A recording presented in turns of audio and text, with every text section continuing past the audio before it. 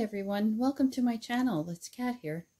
Today we're going to be working on a project using a limited palette and using fall colors and excuse me, and we're going to be learning brush strokes once again. This is something you're always going to be practicing. So here I'm just using a roll of tape to trace out a very simple circle. It's just a guide, and I'm drawing some branches. Just do whatever you feel. They don't have to be perfect. They're just a guideline, just to simply show you where to put your leaves. I'm doing a voiceover today, guys, as you notice, because I had some problems with some construction work going on outside when I first filmed this. So this is my first voiceover. So, okay, today I'm using cadmium yellow with cad red, and that makes an orange. Olive green with red, that makes a brown, a beautiful brown. And green and yellow makes like a lighter green, and you'll see we're gonna mix these up, and they all together make a brown, various shades of brown. So we're gonna start with a nice juicy bit of cad yellow. I'm spraying I'm trying to wet my paints to activate them. So I'm just getting a few puddles ready in my palette so that it's easy for me to grab whatever color I feel. So we're going to gradually go from yellow, orange, red, and then green. So you'll see as this goes along how it plays out. So those are the only 4 colors we're using, and the blue only comes in at the end to make a really dark brown. So I'm going in with a watery yellow, and I'm using my dollar store paper here, guys. So I'm just pushing down and lifting up.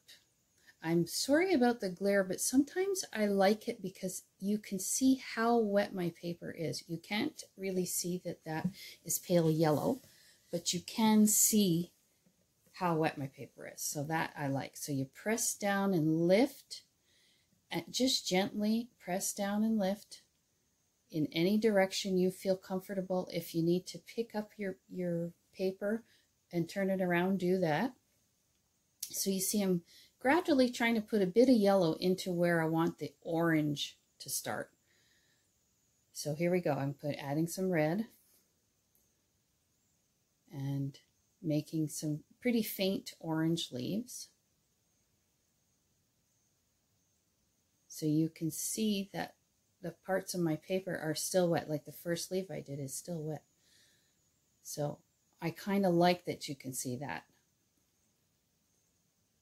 I don't know what I did there. Okay. Press and lift and press and lift. And you can make leaves any shape you want. If you want them more round or skinnier or whatever your brush tells you to do, whatever you feel like doing, that's what you do. I tended to put a little curl on some of them because that's how my brain was working that day. Okay, adding red so that the orange leaves are darker orange. Fall colors are beautiful, aren't they? I am in the province of Quebec, and we have these gorgeous maple trees that turn from yellow to like a striking red color. Just breathtaking, really, if you take a drive in the countryside. But even in the city, we have tons of trees that turn these lovely colors. Okay, here we go. Still working in red now. Now I'm in complete red. And I've sped this up a teeny bit so you're not too bored. But if you need to follow along, you just pause. And if anywhere you need, you pause and you take a screenshot and you can see what colors we used. So please use this video to teach you in any way you seem fit. Don't be shy to take a screenshot and save just that one portion. Or okay, now I'm adding green to my orange, and that's going to make a brownie green. It's like a tan color. Can you see that? So that's just by adding a little bit of green into the orange. because they're kind of opposite each other on the color wheel. Maybe we should do that together too, a little color wheel. Okay, now I'm going in with deeper green, less browny, right? Like the transition from the reds and the made it brown and now into the deeper green. And as you can see, I only clean my brush and my water if I'm going to change color. So now, yeah, I'm putting deeper yellow now. So the under layers, I can paint right over the pale yellow leaves. And I do the same with the orange eventually. You see, I'm going right over the layers. That's what you can do with watercolor. It's transparent, so you can layer up. And when we get into more complicated projects, you'll see the benefits of layering. It's quite astounding, actually. Watercolors are just so beautiful to work with because they flow and they're magic. They're absolute magic sometimes. Okay, here we go. Yep. See, I'm getting into the darker like reddish orange here. And then I'm going to go straight into the red very soon. There we go. Yeah. See, and I'm just kind of willy-nilly putting them where I see a gap, where I would like one. Sometimes I regret where I put one. But, you know, it's just a practice painting. And you can make a card out of this if you want. You can just save them. In my next video, I'm going to show you some of my paintings so that you can see what it is that I actually do. And you know, maybe you can work towards something like that. That's what I plan to teach you. I want to teach you how I see things, how I look at things. And okay, I'll go on with that in a minute. That's my tiny brush. And right now, I'm mixing all these colors together. And I want a shade of brown to do the wreath, to do all those little branches. So I'm just adjusting the shades of brown by adding in. As you can see, each time you add a different color in, you get a different shade of brown. So if your brown is too red, to counter the red, you would add a little bit of green. And if your brown is too green, you would add a tiny bit of red.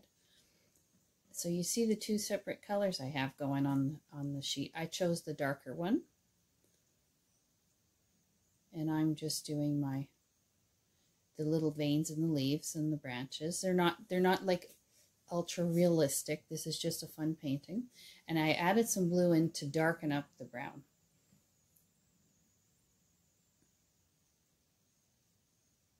Okay. So as I was saying, I was going to show you some paintings that I've done. I have a ton. I couldn't possibly show you all of them, but I want to show you how I get, like, the whole method I go through when I'm painting. And it's not to say that other people, there are a lot more talented people than I am, I'll tell you, but I think sometimes what I really want to know from them is how they got to that. Why did they choose that color? You know, how did they see what they see? So I think I would like to do that with you and see if I can inspire you to help. I just want to help people think. I've so many people say, oh, I can't even draw a circle and I can't, but you don't have to. Painting, you don't even have to create something that looks like anything. It can be a complete intuitive kind of painting. Like you could just put your brush down and colors down and just go for it. Okay. So that's what I'm hoping to teach you in the next videos coming up, you know, as the channel grows. So here I'm erasing some useless pencil lines because, but you have to make sure your painting's dry to do this. So what am I doing? Oh, I kind of was unhappy with some of the paler leaves. So I just added a little bit more color, and I added some leaves to where I thought it looked a little empty. There was an empty space. So this is oh, this is my eradicator brush. We will get into this a little bit more in the future, but if you wet a relatively stiff brush and you gently go over your color, you can remove watercolor paint as long as it's not a staining color. Now, you know, unfortunately, it takes a while to get to know what colors are staining, but I will go through that too in future videos. So so I'm still adding, I'm just trying to darken some of these lines because I'm not sure how easy it is to see sometimes on a video, you know. Sometimes the color's a little bit off or it's a little bright. Now I'm making a really super dark brown here. Like the blue and red make a purple, and I'm putting some berries. So what I'm doing is I'm painting a circle, and I'm leaving a little white to make it look like that's where the light is bouncing off of the berry. So you can see I am not being very careful. I'm just doing simple circles with my brush here. I'm just going, again, I'm trying to liven up some of the colors.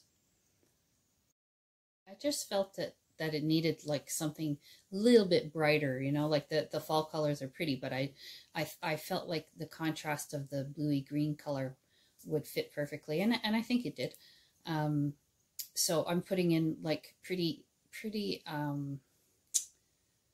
thick blue, not as watery as the rest, and I've got a tiny bit of red in it so that it cuts the blue. Like red and blue generally make like a maroon or a purple depending on the shades that you use, but so if you use just a dab of that, it just cuts the intensity of the blue. So, and here I'm just adding a little bit of tiny detail, and that's it. I'm almost finished this painting.